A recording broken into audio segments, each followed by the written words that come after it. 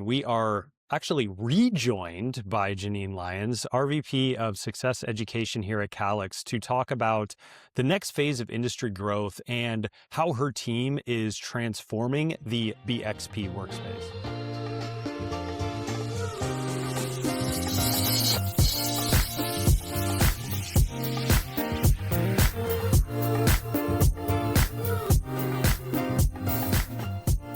Jeannine, welcome back. We're excited to have you back. It was about a year ago we had you on the podcast for the first time. So again, welcome back to buffering.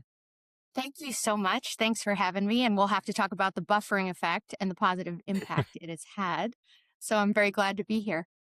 Yes, definitely. And just to kick things off, you know how much I love a good icebreaker question here. But Jeannine, working on success education, I'd love to hear from you about what out-of-the-box technology you think service providers will have in their training someday that's not yet being talked about. Well, a lot of people ask me about AI and what it's like to be an educator in a time of AI. And I can tell you, I have never been more excited. My entire career, I've been waiting for this moment. So do you remember Clippy? Zack, you might not remember Clippy. No, Zack, I know of it. You're like, I have heard legends of Clippy. Clippy was very controversial 35 years ago now, is it? I don't know, whenever Clippy came out. The dream of Clippy has not died. So what's going to happen is, imagine Clippy as your favorite teacher ever, arriving when you want them to, speaking in the language you prefer, who knows your interests, your skills, your goals, and helps you track what you might do in relation to those goals at the 5 moments of learning need, which we can get into later, and helps you achieve mastery. That's my prediction.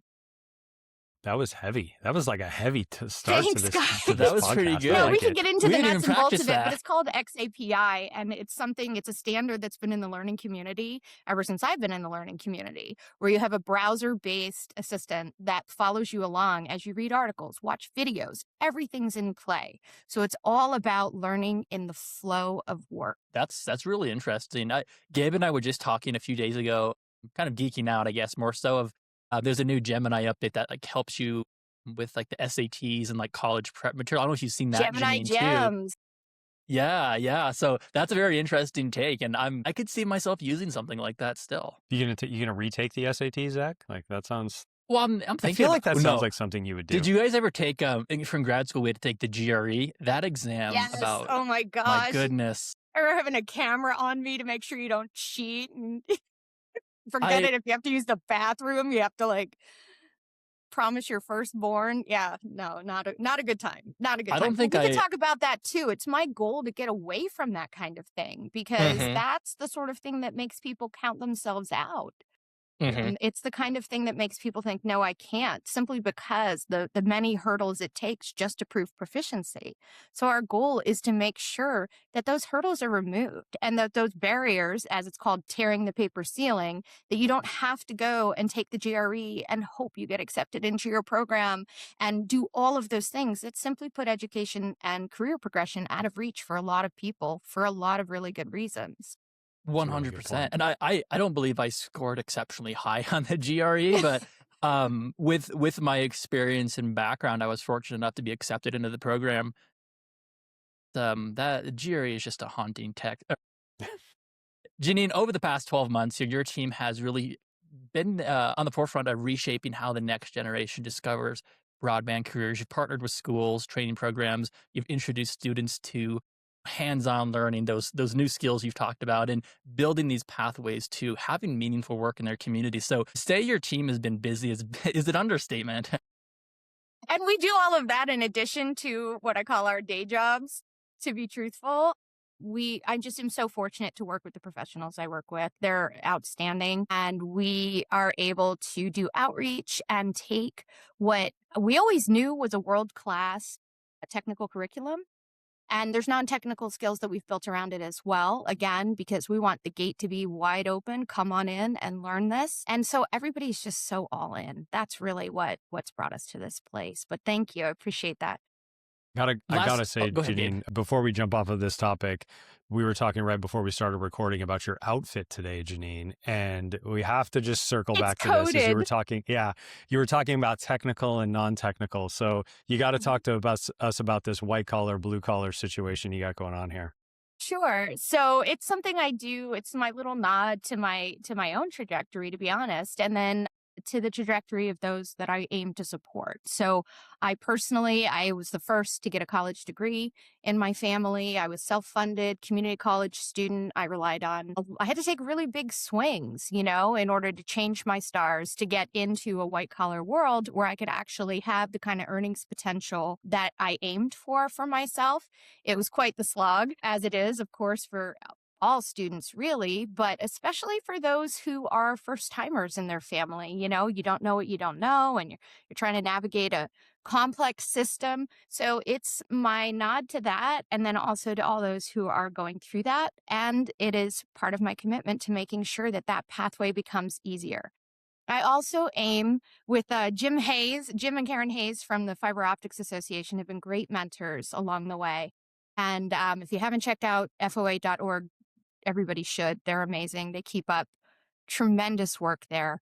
And they work with so many colleges, and they are really the originators of this idea that there should be no barrier to this. They've created Amazon order list kits that you too could, have a maker space in your home where you can learn about fiber optics.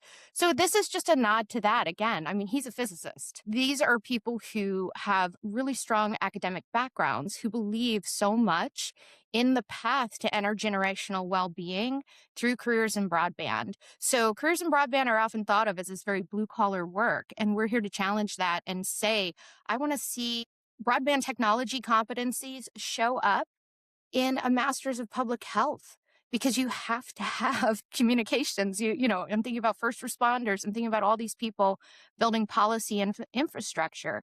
They often, we used to joke when I was supporting healthcare, like spit into the wind, throw something in a volcano, and hope that you could call in somebody's pain medicine or get to a McDonald's. We've talked about all this before. They're really out there with me, going to schools and technical colleges, high schools, and trying to get people to think a little bit differently about that merging of what's thought of as white collar careers and competencies and blue collar careers and competencies. Love it. And just last week, Gabe and I did an episode, and we talked quite a bit about the human element, and we didn't dive too deep into the workforce transformation angle. But one of the things we mentioned was just this convergence of the physical infrastructure, the digital intelligence, and what BSPs or our customers always talk about their greatest asset is their people. And I think you see that in a lot of different organizations as well. And in 2026 here, we've got AI, we have, evolving technology, but we still have people as the ultimate differentiator here. And in our space, we talk quite a bit about the shift from a service provider to an experience provider and how it shapes not only go-to-market and operations, but the work expectations as well.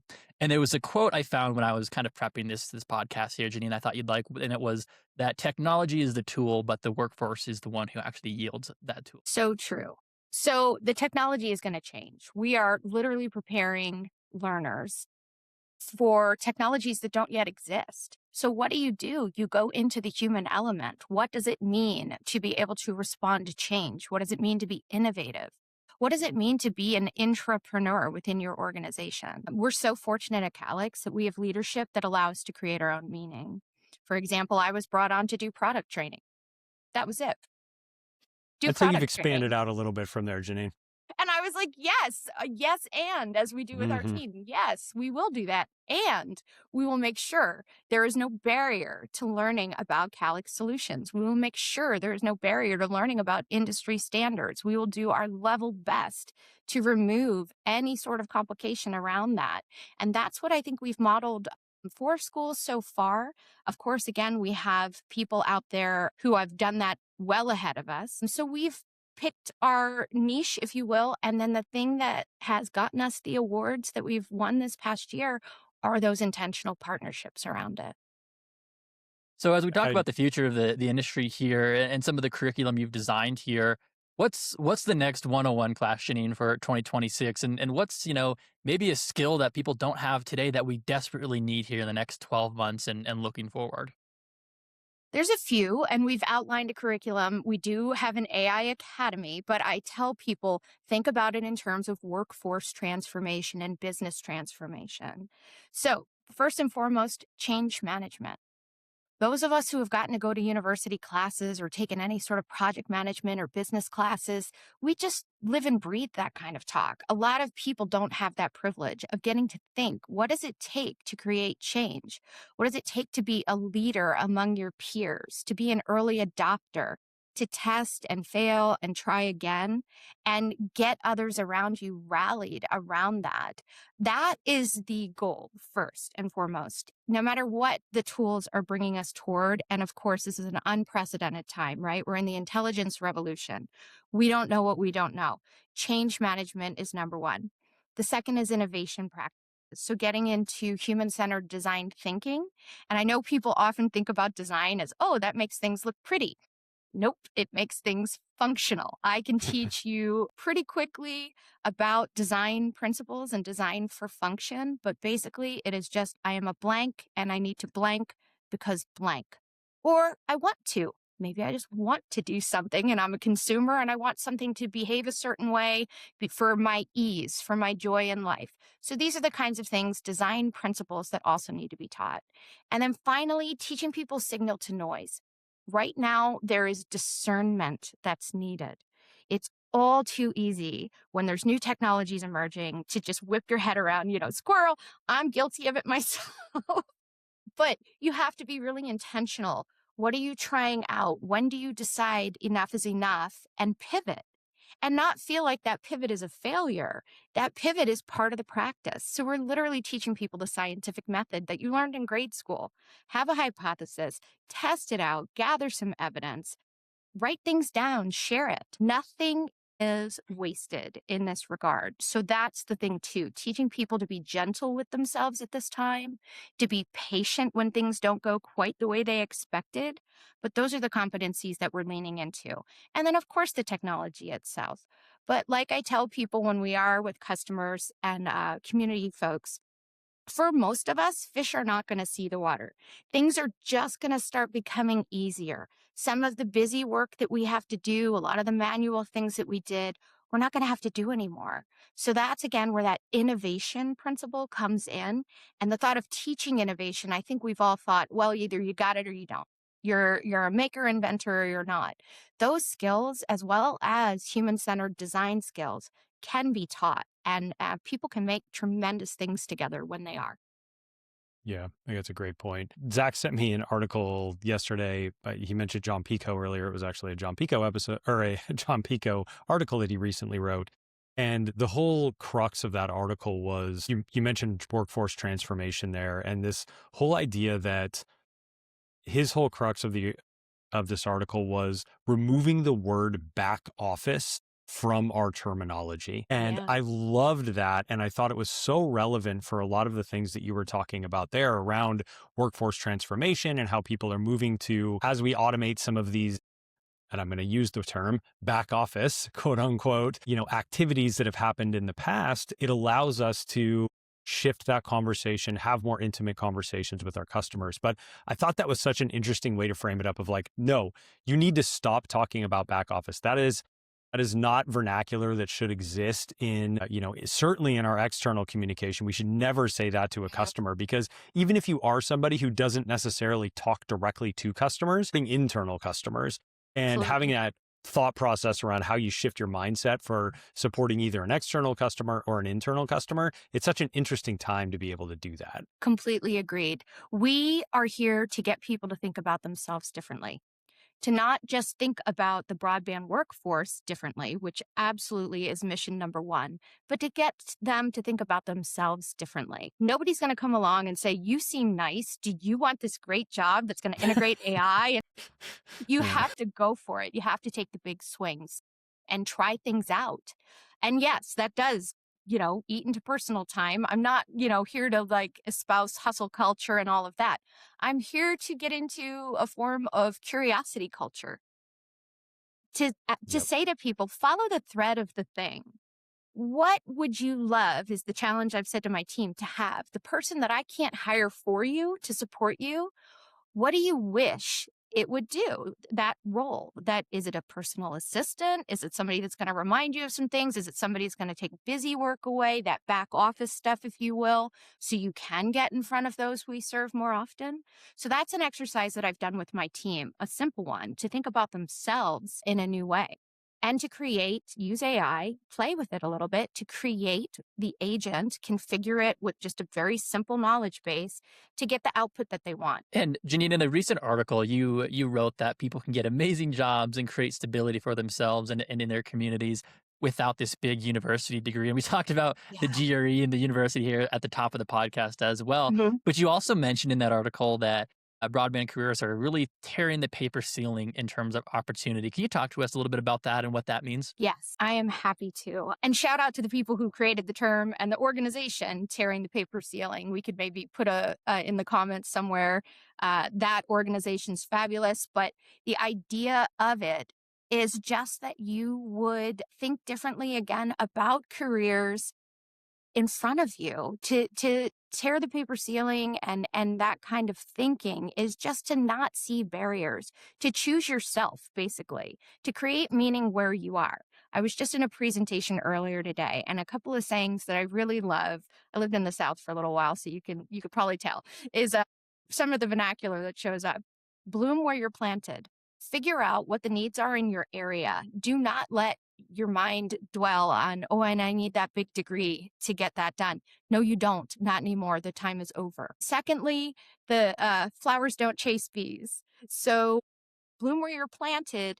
Think about the symbiotic relationship between a flower and a bee, right? Opportunities will come to you. So, those are my mantras, but other people pick their mantra. Again, choose yourself. There are so many opportunities in front of us, and somebody that is brave enough to fail and try some of these things out, that's the person building the future. No longer the person that is going and getting that specific degree, unless, of course, it's something like a clinical degree, which again, I used to support. Yes, please do go get it. No riffing on medical school, please. But for so many careers that had a standard path, and that path was such a grind through school, and the people come out in debt, that's what we want to avoid. I also want to help universities with their lack of enrollment. There's a lot of universities that are like, oh, enrollment is down. Well, it's not leading to what it used to, or it's leading to a ton of debt.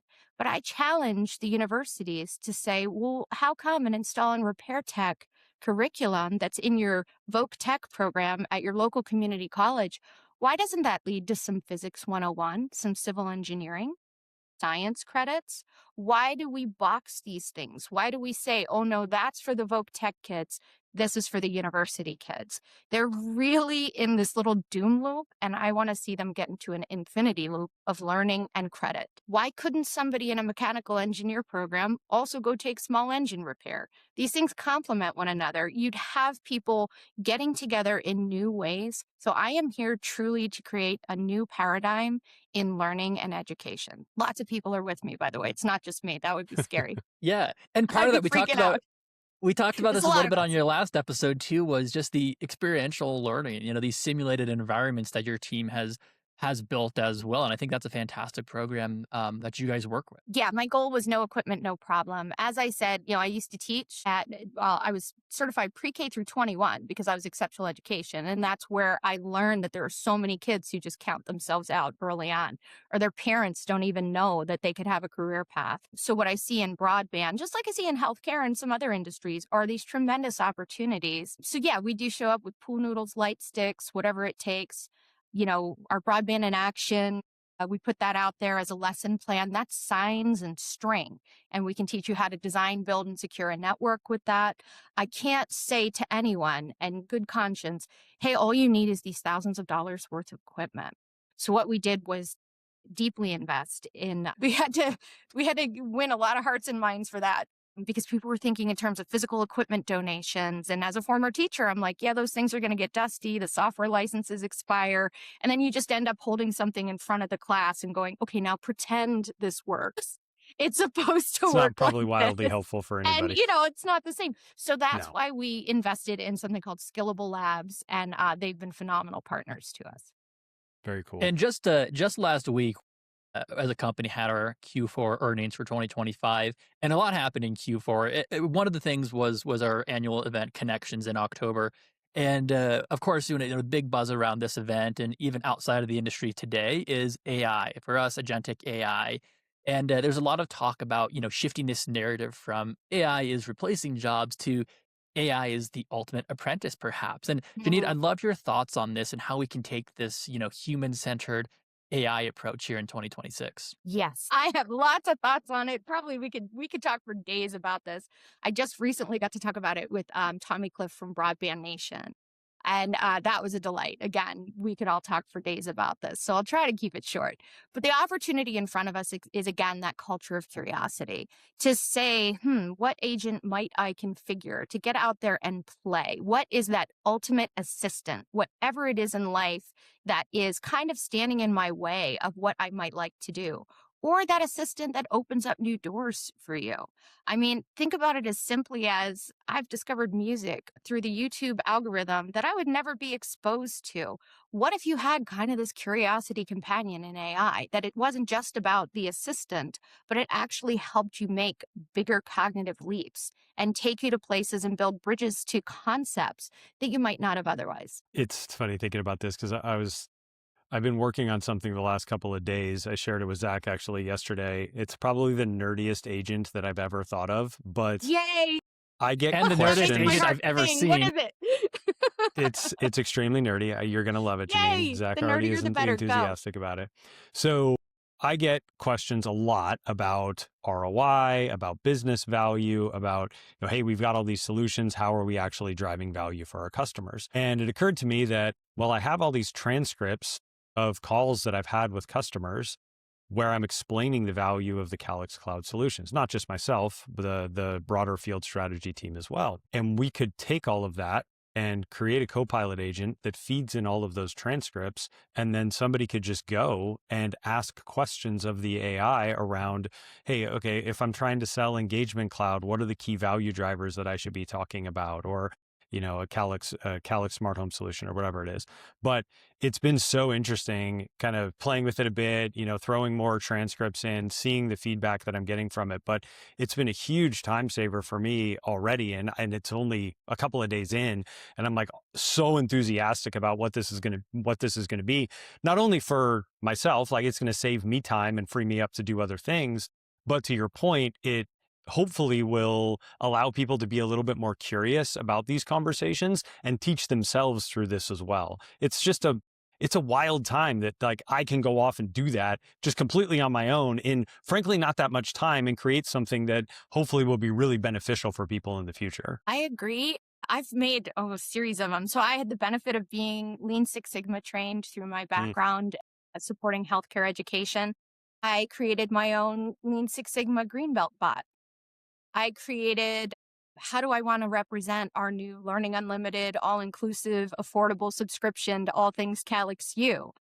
I want people across the organization to be able to represent that on my behalf. There's only one of me. So they can now click a little button and learn about all of the benefits of workforce development, what we've included, why, how to share that with people, how to make sure there is no barrier to access to that without people having to reach out to me and have me come to their call. They can literally click a little, what might Jeannine Lyons say?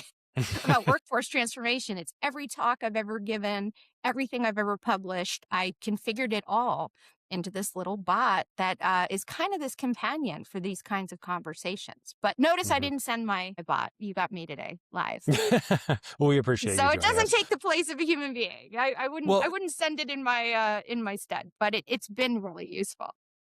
So one of the things we want to talk about is, all three of us on this call, I think, are very curious. We're curious people, we're interested in this stuff, but there are a lot of folks, a lot of employees who are going to be overwhelmed by the pace of change of these tools, this digital transformation fatigue, if you will. I'd be curious to hear your perspective on how organizations can overcome this and how individuals can overcome this. What are the things that they should be focusing on to play, like you said, be okay with failure, I think is a big part of this as well. But I'd just love to hear your thoughts on all that. The fear aspect is real.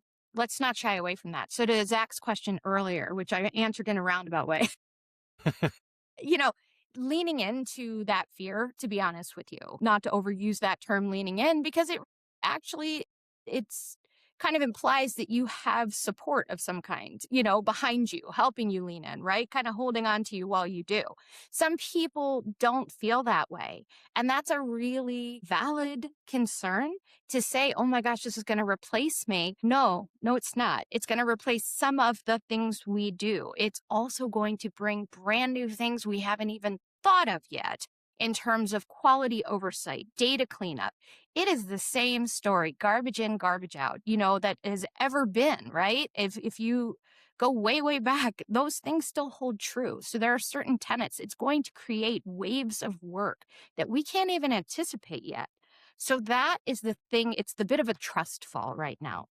That being said, I do not shy away from saying to leaders, talk with your teams about their fears. As we well know, no technology is benign.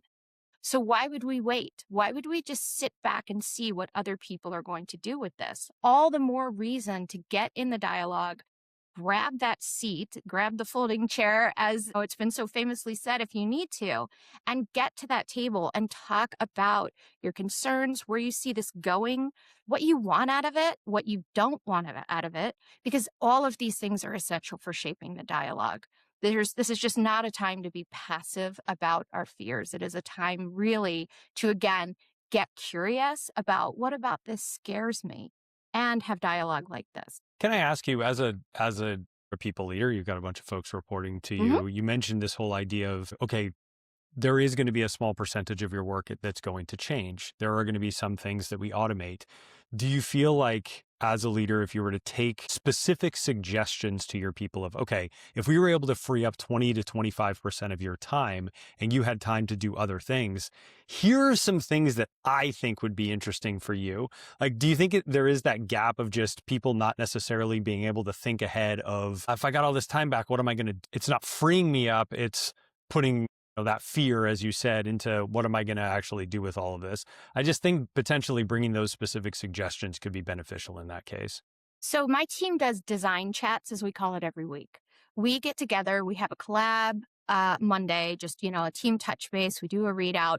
And what I've done is the first 10 minutes of every meeting, I've done this now for over a year, I set a big audacious goal with them. I said, all right, during this year, we are going to eliminate, automate, or delegate 30% of our collective work using AI. I am a big believer in that Babe Ruth school, like point to the home run and get out of their way, right? Like that. And that it was just a challenge. Now, nobody was going, if we failed, we failed, but it was just what I put forth in front of them. And then I excuse myself. I give them a topic, a 10-minute topic every week. I do throw on transcripts so I can see the insights later, but safe space. We're not going to share it with anybody.